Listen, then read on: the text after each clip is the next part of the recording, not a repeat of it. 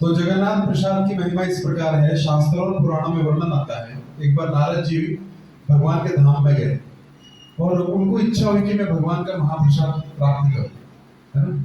तो वो लक्ष्मी जी के पास गए, तो लक्ष्मी जी को बोलते हैं कि माता, अभी भगवान ने भोग तो लगा लिया होगा, तो मुझे उनका महाप्रसाद चाहिए। तो बोलते नहीं, मैं तो दे नहीं सकती, क्योंकि भगवान का महाप्रसाद में उनको पूछे बिना नहीं दे सकती, ये बड़ा ही दुर्लभ है। वो प्रसाद खाने से तो व्यक्ति के सारे पाप कट जाते हैं, जन्म मृत्यु का चक्कर छूट जाता है और वो डायरेक्ट कहाँ आ जाता है, भगवान के धाम में आ जाता है। तो आप तो भक्ति हैं, आप तो स्वच्छंद विचरण कर सकते हैं तीनों लोगों में, आपको क्या आवश्यकता नहीं, आपको भगवान का उच्चिष्ट खाना है, उनका महाप्रसाद खाना है। तो बहुत विनती करने के बाद में क्या करती हैं, छुटके भगवान का महाप्रसाद जो है, अभी माता है तो दे देती हैं। नारद जी खाते हैं, खाते खाते नाचने लग पड़ते हैं, इतना आनंद होता है उनको, भगवान का महाप्रसाद मिल गया मिल गया मिल गया, तो नाचने लगते हैं। नाचते नाचते नाचते वो भूल जाते हैं, भाव विवरों के कहाँ पहुंच गए, कैलाश पर्वत। कैलाश पर कौन रहते हैं, भगवान शिव, है ना। तो शिव जी दिखते हैं, नारद जी नाच रहे हैं, शिव जी भी ज्वाइन कर लेते हैं, नाचने लग पड़ते हैं। तो नाचने के बाद शिव जी पूछते हैं नारद जी को, लेकिन आप नाच क्यों रहे थे? अरे मिल गया हमको मिल गया। अरे क्या मिल गया? अरे मिल गया नाचते नाचते। क्या मिल गया बताओ? हमको महाप्रसाद मिल गया। किसका? भगवान नारायण का महाप्रसाद मिल गया। अरे आप तो बोलते हो आप मेरे भाई हो, आप मेरे लिए लाए? अरे थोड़ा सा मिला। अरे कैसा ऐसा कैसे हो सकता है, आप मेरे लिए लाए हैं? तो देखते हैं, बोले हाथ दिखाओ, हाथ तो धो दिए, बोले दिखाओ, तो नाखून के अंदर थोड़ा सा फंसा हुआ है। तब शिव जी निकालते हैं, खा लेते हैं और नाचने लग पड़ते हैं शिव जी, हैं, और बहुत नाचते हैं। देवता गण सब परेशान हो जाते हैं। पार्वती को देखती है, क्या हो गया, तांडव का टाइम तो अभी तक हुआ नहीं है, शिव जी इतना नाच रहे तो प्रलय हो जाएगा। तो शिव जी नाचते नाचते शिव जी भी बोल लेते हैं, मिल गया हमको भी मिल गया, मिल गया। दोनों बोल रहे हैं मिल गया। बोले क्या मिल गया? बोले कुछ नहीं। बोले नारद जी पहले बोलते थे किसी को बताना मत। तो पार्वती को बोले कि नहीं कुछ नहीं, कुछ तो मिला है, इतना आप नाचते नहीं हो कभी, है ना। तांडव का अभी प्रलय का भी समय है, हम नाच क्यों रहे? बोले मिल गया। बोले नहीं, आप हमको नहीं बताएंगे तो हम नाराज हो जाएंगे। आप अर्धांगिनी बोलते हो, आप बोलते हो कि जो आधा चीज है उसमें हमारा अधिकार है, आप बताइए। बोले हमको महाप्रसाद मिल गया। बोले किसका? नारायण का। बोले हमको नहीं दी।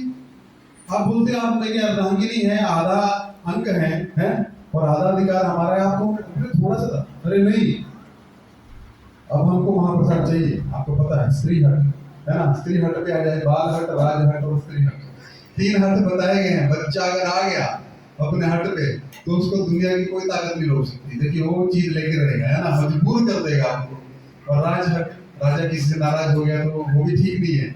और स्त्री हट, स्त्री भी हट पे आ जाए तो बात बना के रहेगी। तो पार्वती जी बैठ की तपस्या में बोले देवी जाने दो। नहीं, अब तो भगवान नारायण जिनका महाप्रसाद है उनको प्रकट होकर देना ही पड़ेगा। तो तपस्या में बैठ गई, सब देवी देवता प्रकट हो गए, परेशान हो गए। पार्वती का पता लगा लक्ष्मी जी को, लक्ष्मी जी बोलती हैं नारायण को, प्रभु ऐसी ऐसी बात हो गई है। तो नारायण बोलते हैं चलो दे देते हैं, है ना। तो एक प्लेट लेके आते हैं, तो किसको देते हैं? पार्वती को। पार्वती बोलते हैं नहीं, अब एक प्लेट से काम नहीं होगा, मुझे ये महाप्रसाद पूरे संसार के लिए चाहिए। बोले पूरे संसार के लिए? जो आप खाते हैं ना पूरा संसार खाएगा भी। मैं माता हूँ, क्योंकि भवानी वही है ना, ये सारा दुर्गा मैं हूँ, मेरे बच्चे भी खाएंगे। और जो जन्म चक्र के, जन्म मृत्यु के चक्कर में पड़े हुए, दुखों में पड़े हुए, उनको भी मैं क्या करूंगी, पार करवाऊंगी, है ना। तो कैसे होगा ये? आपका महाप्रसाद खा के। तो मैं प्रसाद खाऊंगी, लेकिन पहले सारे संसार को आपको देना पड़ेगा। बोला ऐसा तो नहीं हो सकता। नहीं, देना ही पड़ेगा। तो भगवान नारायण बोलते हैं तथास्तु। मैं जगन्नाथ बलदेव और सुभद्रा, मैं जगन्नाथ जी के रूप में पूरी में हूँ संसार में, ब्रह्मांड के अंदर, है ना, पृथ्वी लोक पे। तो वैकुंठ लोक है, वहां पे मैं खाता हूँ, तो मेरा प्रसाद जो है सबको वितरित होगा। कोई भी वहां पे आएगा, कुत्ता, बिल्ली, भैंस, गाय, प्राणी, जो भी वहां प्रसाद खाएगा उसके सारे जन्मों के कर्मफल, पाप नष्ट हो जाएंगे, जन्म मृत्यु के चक्कर से छूट जाएगा, और क्या होगा, मेरे धाम में वापस आ जाएगा। तो फिर क्या होगा, पुरी में पहले जगन्नाथ जी को भोग लगता है, और वहां पे पास में एक विमला मंदिर है, विमला देवी, विमला मतलब पार्वती। फिर वो भोग निकल के वहां जाता है, फिर विमला देवी को भोग लगता है, फिर वो बाहर, फिर सबको मिलता है। तो ऐसा वर्णन आता है शास्त्रों में। एक बार जी ब्रह्मा जी लेट हो गए प्रसाद लेने के लिए, नीचे आए तो प्रसाद खत्म। तो थोड़ा देखा एक कुत्ता, एक डस्टबिन के अंदर प्लेट पड़ी, उसमें कुत्ता खा रहा है। ब्रह्मा जी ने कुछ सोचा नहीं, जाके उसकी प्लेट में खाने लग पड़े। तो सब बोले अरे क्या कर रहे हैं? बोले ये जगन्नाथ महाप्रसाद है, इसको दूषित करने का दम किसी के अंदर नहीं है। हम भगवान के महाप्रसाद को दूषित कर सकते हैं क्या? तो वहां पे देवता गण भी आपके साइड में वैसे रखे भिखारी बैठे हैं, देवता लोग वहां प्रसाद देते हैं। तो ऐसी जगन्नाथ की प्रसाद की महिमा है। तो जगन्नाथ प्रसाद जो है सब पापों का हनन कर देता है। और क्या देता है? भगवान के चरणों में भक्ति देता है, और लास्ट में हम भगवान के धाम चले जाते हैं। आप ऐसा रथ के ऊपर, शास्त्र वर्णन आता है, जो भी रथ के ऊपर जगन्नाथ जी का दर्शन कर देता है उसका कभी जन्म नहीं होता, वो जन्म मृत्यु के चक्कर से छूट जाता है। जगन्नाथपुरी में 2 दिन ही जगन्नाथ अपने मंदिर से बाहर आते हैं, स्नान यात्रा के दिन और एक रथ यात्रा के दिन। उस दिन उनको कोई भी रस्सी खींच सकता है, रथ के ऊपर दर्शन कर सकता है और उनका महाप्रसाद खा सकता है। आपने महाप्रसाद जगन्नाथ जी का खा लिया तो आपका जीवन सफल हो गया। तो जगन्नाथ जी के महाप्रसाद में सहयोग करने का तो कहना ही है ना। अगर आप भगवान के महाप्रसाद में कुछ सहयोग करते हैं, भगवान की सेवा करते हैं, तो वही जगन्नाथ जी आपको क्या करेंगे? जगत के नाथ है, आपके घर में कोई कमी, किसी चीज का कोई भी कमी नहीं है।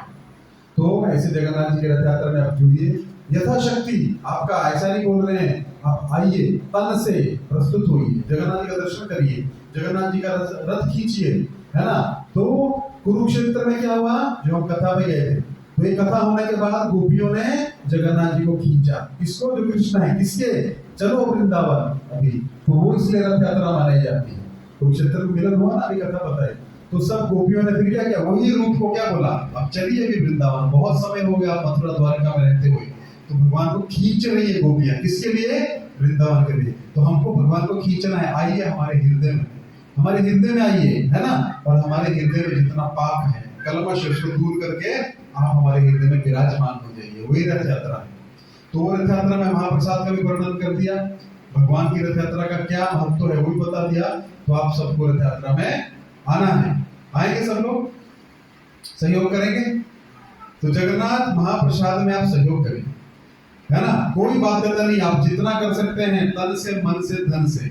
कोई भी सामग्री देना चाहते हैं, तेल हो गया, आटा हो गया, चावल हो गया, दाल हो गया, नमक हो गया, है ना, चीनी हो गई, शक्कर हो गई, जो भी आप, है ना, वो कर सकते हैं। बहुत अच्छा, जगन्नाथ जी प्रसन्न हो जाएंगे। वो भी नहीं कर सकते तो आप आ जाइए और जगन्नाथ की रथ यात्रा में नाचिए, भगवान के कीर्तन में नाचिए, गाइए, है ना। वो तो कर सकते हैं, है ना। चलिए, वो भी नहीं तो मन से तो सोचिए कि हम भगवान की रथ यात्रा में जाएंगे, भगवान हमारे हृदय में कब आएंगे। तन से, मन से, धन से, और तीनों से होंगे तो बहुत ही अच्छी बात है। लेकिन एक से तो आप होइए और अपने मित्रों को, संबंधियों को भी सूचित करिए, है ना। और इसमें आप सम्मिलित होने का प्रयास नहीं करना है, हमको आपको आना है सब, ठीक है। अगली बार मैं आऊंगा तो पूछूंगा कौन कौन आया, कौन कौन, ठीक है। और जगन्नाथ जी की आंख कितनी है? इतनी बड़ी है, तो देखते रहते हैं कौन आया कौन नहीं आया, ठीक है। और लाल है, बहुत करुणा है। उस दिन भगवान विशेष करुणा करते हैं। रथ, जब रथ पे होते हैं ना, तो आप जो मांगोगे वो पूरा हो जाएगा, ऐसा हमारा पर्सनल अनुभव है।